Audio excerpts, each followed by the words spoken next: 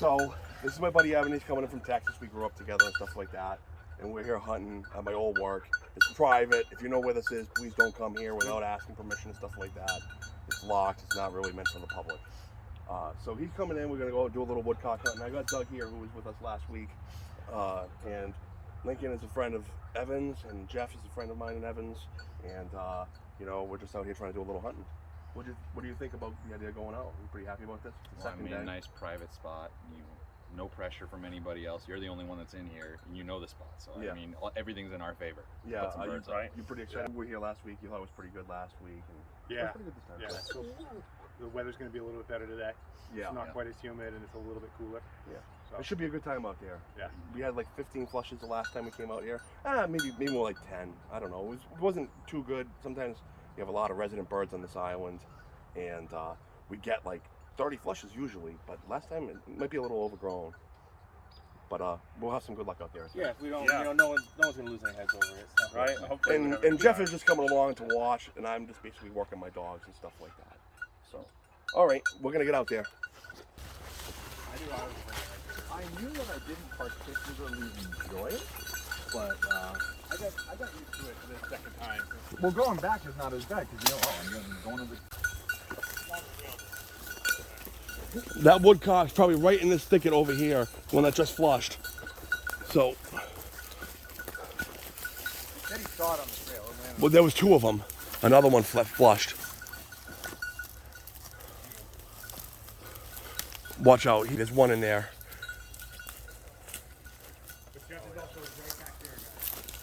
Yeah. Where's that bird?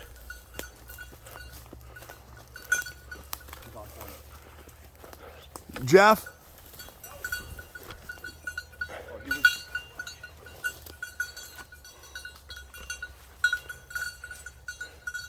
There was something right here not long ago. Yeah. Right it was here. Dead scent.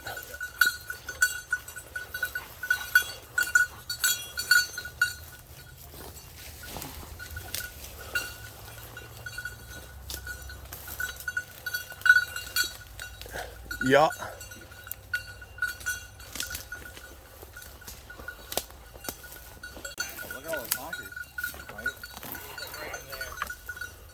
All right, hey, come back this way.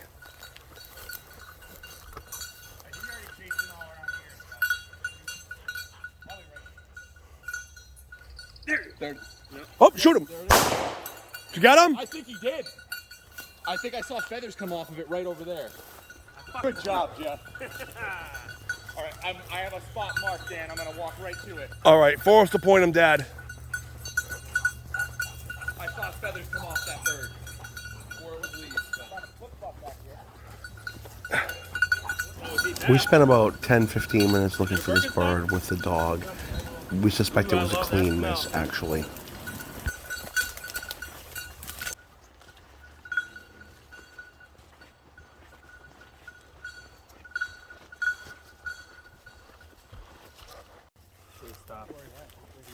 Hey, he's on point up in here. Oh, I saw it. Hey, hey, Evan, you see that bird? Go grab it. There's a woodcock right in here too. Forrest, come here. Find the bird. Come on, dog. I'm going to make sure this one's down, okay? Okay.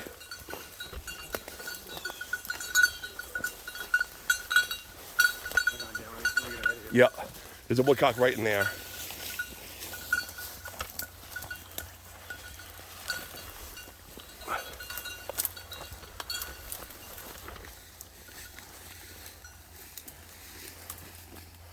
He's on point.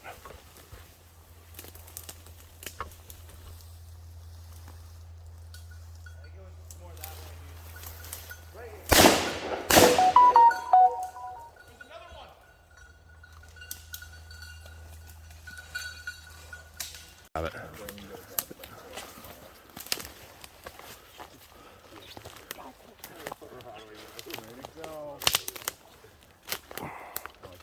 Oh, shoot that one.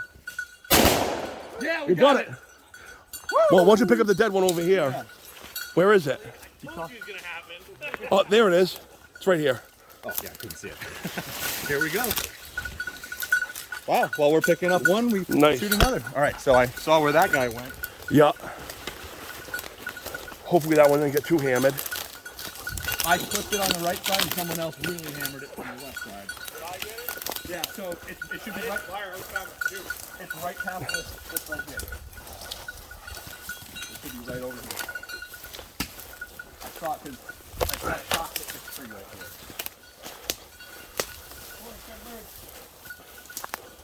Where is it? It should be somewhere right over here. Forrest, come on, help us find the bird. Dead bird.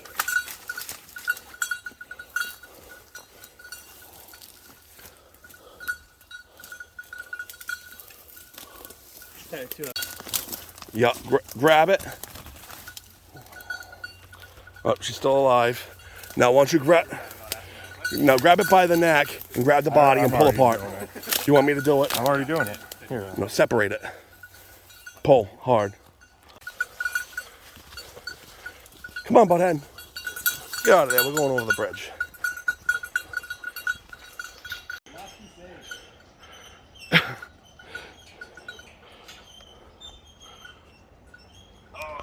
So we got a couple birds when we were out there. Evan shot one clean, and the two of them shot basically at the same time. It was kind of hard to tell who actually hit it. Yep. But we got a couple birds, which was kind of nice. We're hoping to hit a few other spots. We probably got about 15 flushes. Yeah. Something like Yeah. that. Maybe a little shot- more than 15. Yeah, I shot twice. We went looking for a little while first thing, but couldn't find it, so probably missed.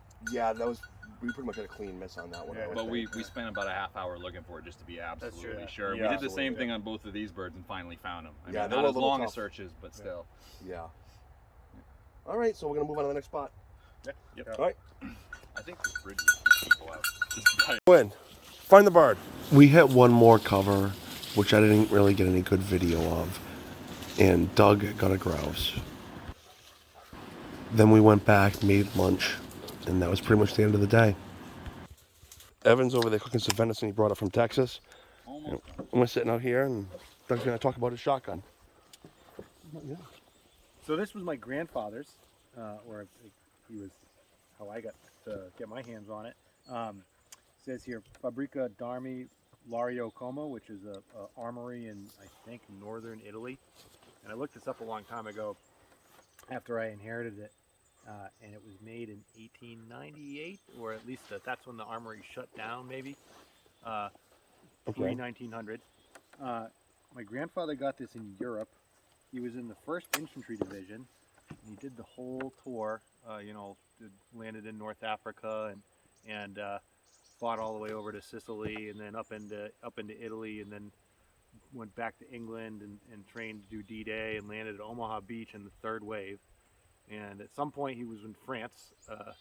It's a long story. It's a 4-year story, and he didn't really talk about it a whole lot because he was those guys just didn't. But he found this and a bunch of other war loot. But this is the cherished side-by-side shotgun that he had. He was in a farmhouse in France, and I think he was hiding in a basement from some German soldiers or something. And this is lore from family that has been passed down 2 generations now. That I'm not really sure how the story goes, but because again, those guys don't talk about that stuff that much, and I was probably too young to hear the story from him anyway. But overnight he was stuck in a basement, and then in the morning that they had gone, the Germans had gone, and he came up and was walking around and looking around. The place had been abandoned by the family that lived there, 5 years earlier or something. Yeah. And he saw this over the mantle and was like, "Yep, I am gonna take that and put it in the box of my ship that I'm sending home." So this he put that in a box and sent it back with a bunch of other relics and stuff when they would let you do that sort of thing. Yeah. And then it was in his collection of stuff that he had in Vermont. My dad inherited it when my grandfather died, and then when my dad died, I got it. So it's I don't really like shooting it for bird hunting. I like the 20 gauge. It probably doesn't fit you very well. It doesn't fit well. It looks but actually pretty short. yeah, and the balance is kind of out here. It doesn't feel very natural, but I can't imagine that broken. recoil pad feels good. Yeah, like Yeah. this Yeah. doesn't feel that great either. And this is also this is a 12. The other one is a 20, which just it's just that much easier. to shoot. Yeah, it's a little easier. But it's just for the family lore and then the story behind it and the fact that it's an antique of that age. Like there's just so much sentimental value to it. So Absolutely. A lot of Absolutely, history too. I love that story about that gun. Think Yeah. of the hunts that gun went on. You know. Yeah. Yeah, like, And you it know, was like subsistence hunting too. You know, Yeah. he probably needed to go hunt to feed the family at some point. right. Exactly. And then my dad hunted it when he was a kid. Yeah. So it's I don't know. It's a great shotgun. Yeah. That gun's got I a love lot that of thing. history. Those old hammer Well, a guns. testament to the craftsmanship of it too. That here you are, Yeah. Pretty much all those, Right. pretty much Yeah. all shotguns before 1900 were all handmade. Yeah. You can You know, see. they weren't like, the etching and engraving is pretty nice. Yeah, I don't know. If There's nothing overly. It doesn't look machine made though. Oh, it no. looks No. absolutely Oh, hand scrolled. absolutely. Yeah, even the 100%. checkering on the stock is all done by hand. All Yeah, of absolutely. that gun is handmade. Yeah, handmade shotguns are the best. I wish doubles would make a side by sides would make a comeback because everybody's shooting over unders. I feel side by sides are better. Personally, I love side by sides. why did they go out of style?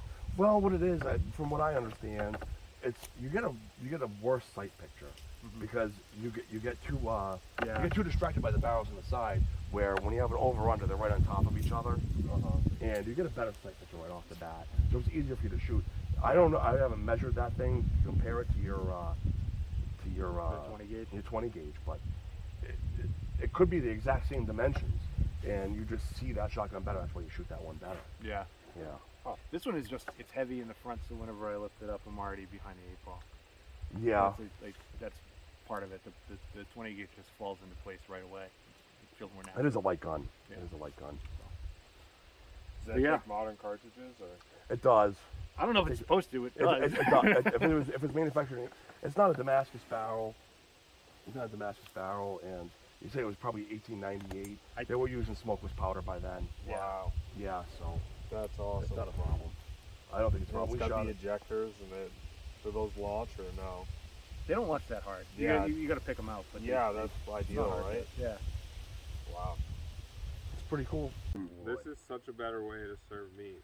I saw Jeff did this the first time I saw it at your house in California. I was like, holy shit, that makes sense. Like, let everyone stick whatever they want. Go, Brad. I gave it a piece of bread.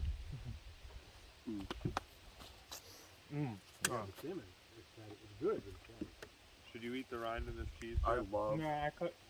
I use I love salmon trim.